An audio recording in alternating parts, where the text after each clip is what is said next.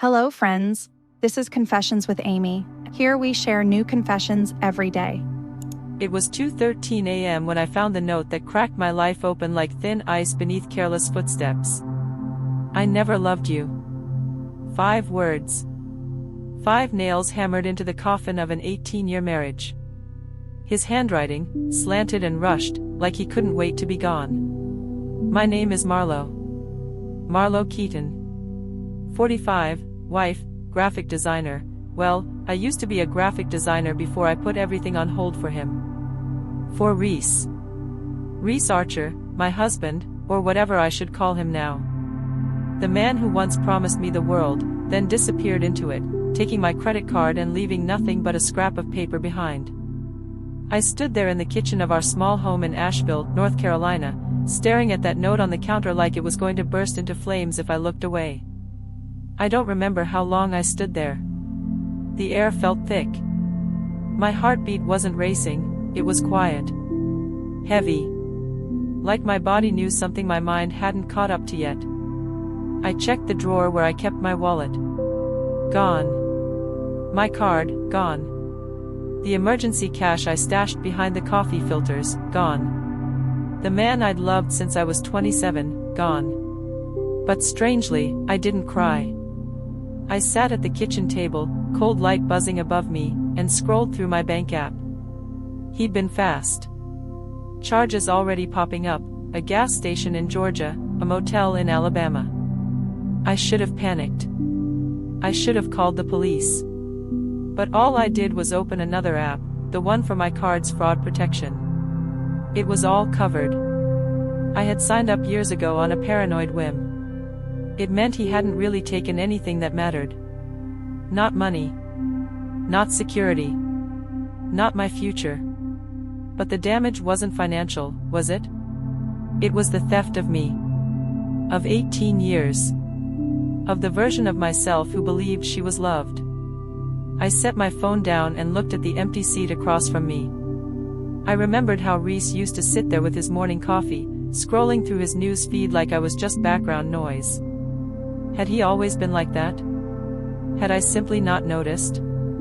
Or had I chosen not to? I don't know how long I sat there, but when the sun started bleeding through the blinds, something settled inside me. Not rage. Not grief. Something colder. Cleaner. Like steel being forged. I wasn't going to chase him. I wasn't going to call him.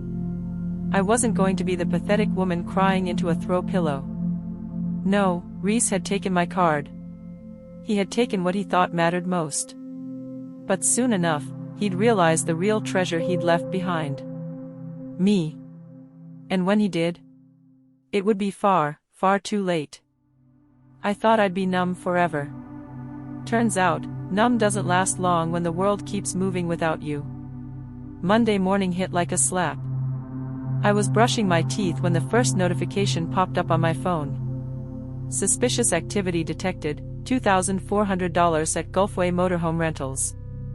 Seriously? Reese had stolen my credit card to rent an RV? Was he planning a road trip with my money and his new life? Another notification. $5.80, Electronics Superstore. Then another. $72.13, Denny's, Mobile, Alabama. He was having pancakes on me. I stared at the notifications piling up like snow. I expected anger. Maybe a bitter laugh. But instead, all I felt was this razor-sharp clarity.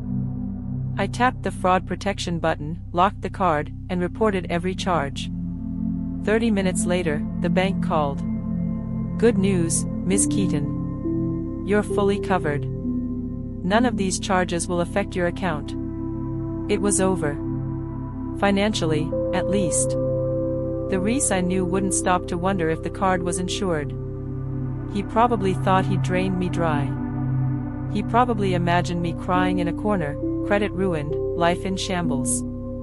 But here's the thing. He didn't break me.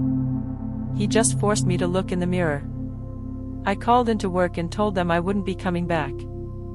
I had been doing freelance marketing for small companies, a job I hated, for clients I despised, Because it kept Reese's golf hobby funded and the mortgage paid. I looked around the house that morning and realized how much of it was his taste. His leather recliner.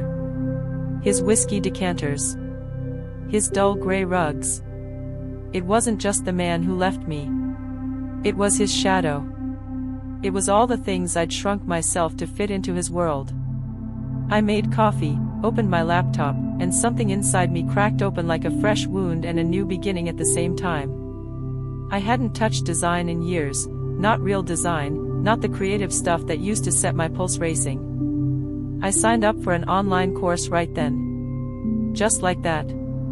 I booked a class at the gym. I made dinner plans with Tessa, my best friend, the one Reese always said talked too much. And for the first time in almost 2 decades, I didn't feel like I owed anyone an explanation. Reese had stolen my card, but all he really did was buy me my freedom. I wonder if he realized that. I wonder if he felt powerful as he swiped that card in cheap diners, filling his gas tank, pretending he'd left me broken. I sipped my coffee and smiled. Let him keep swiping. Let him keep running. He thought the story was over. But really, it had just begun. You know what's funny? After the first week, the silence started to feel comfortable. No more Reese leaving dirty dishes in the sink. No more pretending to care about his endless golf stories. No more walking on eggshells because I'd misunderstood his mood. It was just me. And peace. But peace doesn't last long when ghosts still have your number. The first call came on a Thursday. Unknown number from a Florida area code. I stared at it until it stopped ringing. A few minutes later, another call. Different number, same state. He was trying to reach me. I didn't pick up. I thought maybe he'd get bored, give up. But the next day, a message came through. Marlo, I know you're getting these. I just want to talk. Please. Please. As if that word still had currency between us. I deleted the message. Blocked the number. Blocked the next one too. I wasn't interested in hearing his version of the story. I'd already lived it. But part of me was curious, why now? Why call? What was he expecting? Was the RV life not as glamorous as he imagined? Did his new adventure get old the minute he realized money doesn't grow back when you burn the person who earned it? The more I ignored him, the more he chased. He sent another message. I made a mistake. Please, just 5 minutes. A mistake? Stealing my card was a mistake. Leaving me in the middle of the night was a mistake. Or was the mistake thinking he could walk away from me without consequence? The old me would have picked up. Would have listened. Would have tried to fix it, because that's what I always did. I was the fixer, the forgiver, the woman who smoothed over all his messes. Not anymore. Instead, I booked my first big design project, branding for a boutique in Savannah. I was building something, and this time it wasn't for him. I started going to spin class with Tessa. We laughed until our stomachs hurt. I reconnected with people Reese had quietly pushed out of my life. Every time my phone buzzed with an unknown number, I smiled. Not because I was afraid. Because I knew he was still out there, realizing he'd stolen the wrong thing. You don't get to walk away from someone like me and think there's a way back. Reese was realizing something I had already come to love. When you lose me, you lose good. And you don't get good back. I should have known he wouldn't stay gone forever. It was a Wednesday afternoon, nearly 3 months after he vanished, when I saw him again. I was walking out of Brew and Bloom, my favorite little coffee shop downtown. The place he always hated, said the coffee was too artsy, whatever that means. I loved it there. It smelled like roasted beans and fresh beginnings. And then I saw him. Reese. Standing across the street next to that rusty Ford I'd helped him buy years ago. Same gray hoodie, same untied shoelaces, same boyish smirk that used to melt me but now looked pathetic. He didn't see me at first. He was looking at his phone, pacing, running a hand through his overgrown hair like he was waiting for someone to save him. I should have walked away. I should have crossed the street and disappeared. But I didn't. I walked straight toward him. His eyes met mine, and for a split second, I saw the panic. Like a man who realized too late he'd set his own house on fire. "Marlowe," he breathed, like my name was oxygen he hadn't tasted in months. "Thank God. I've been trying to." "Don't." I raised my hand, calm, steady. "Don't say another word. Not here."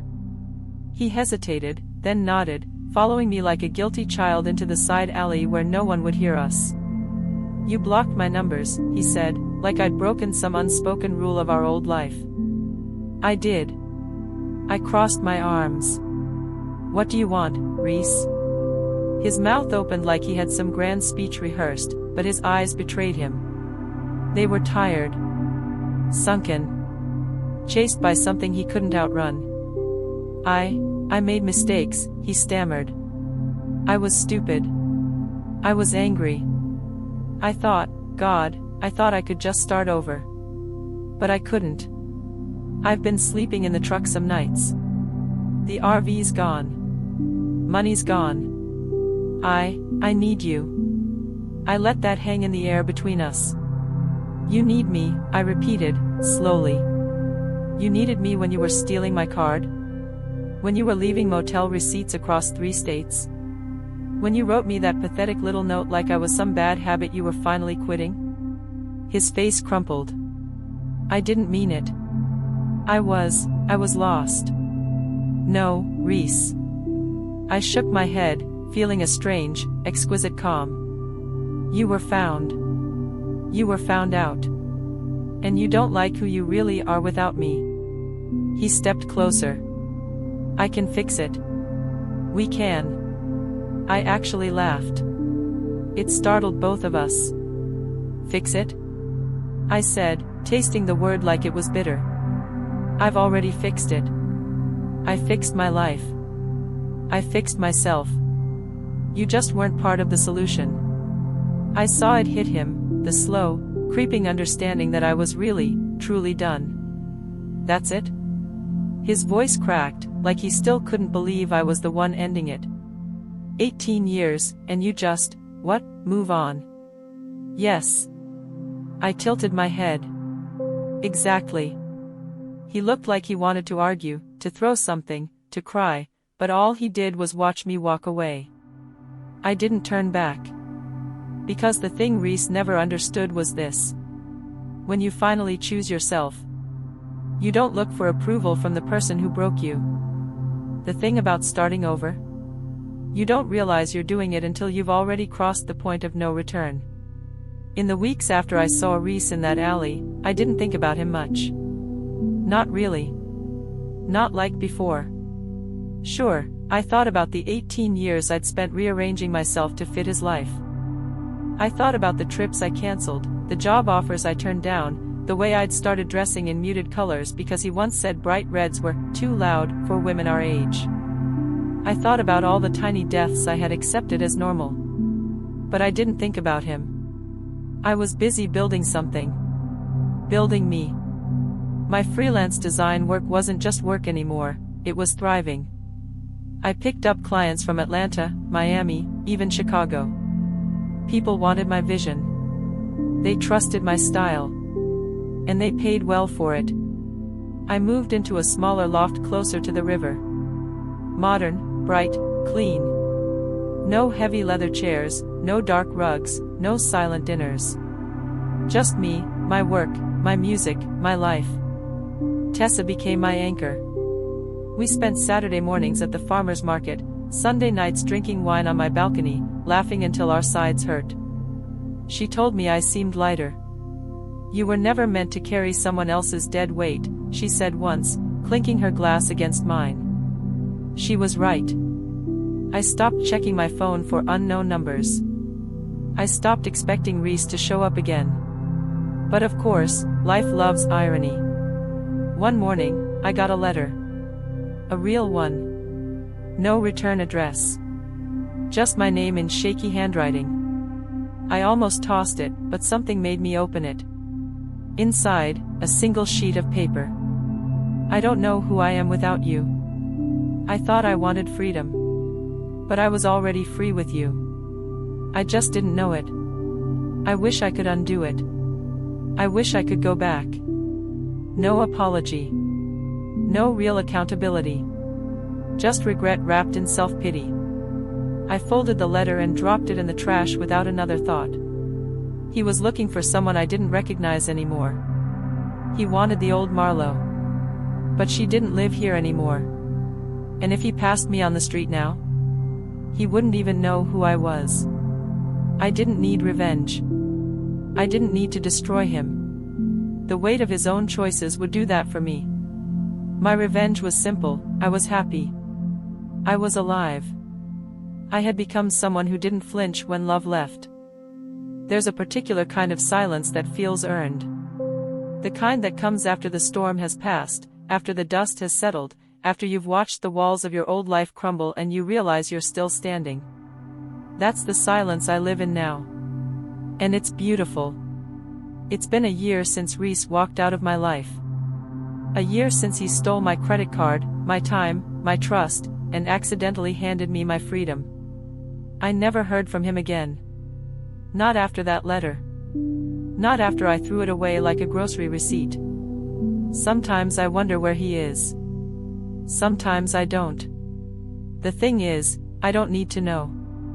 His story stopped mattering to me the moment I realized mine had just begun. I run my own design firm now. Keaton Creative. It's mine. Every inch of it built by my hands, my mind, my vision. I pick my clients, I set my prices, I design without permission. And I love every single second of it. Tessa and I still meet every Sunday night.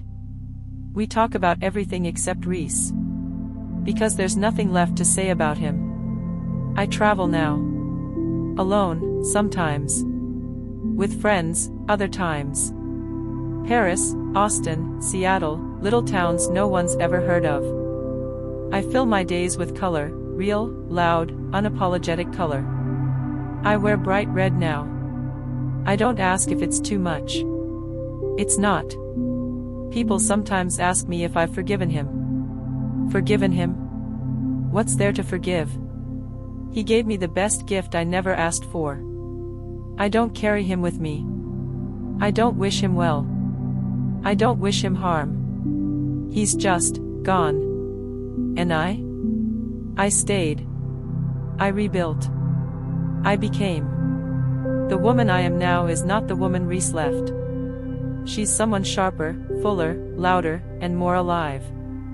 If he saw me now, I think he'd realize what he really lost. But the best part? I don't need him to realize it. Because I know. And that's enough. You see, Reese thought he wrote the ending to our story when he left that note. But he was wrong. I am the ending. And I wrote it myself,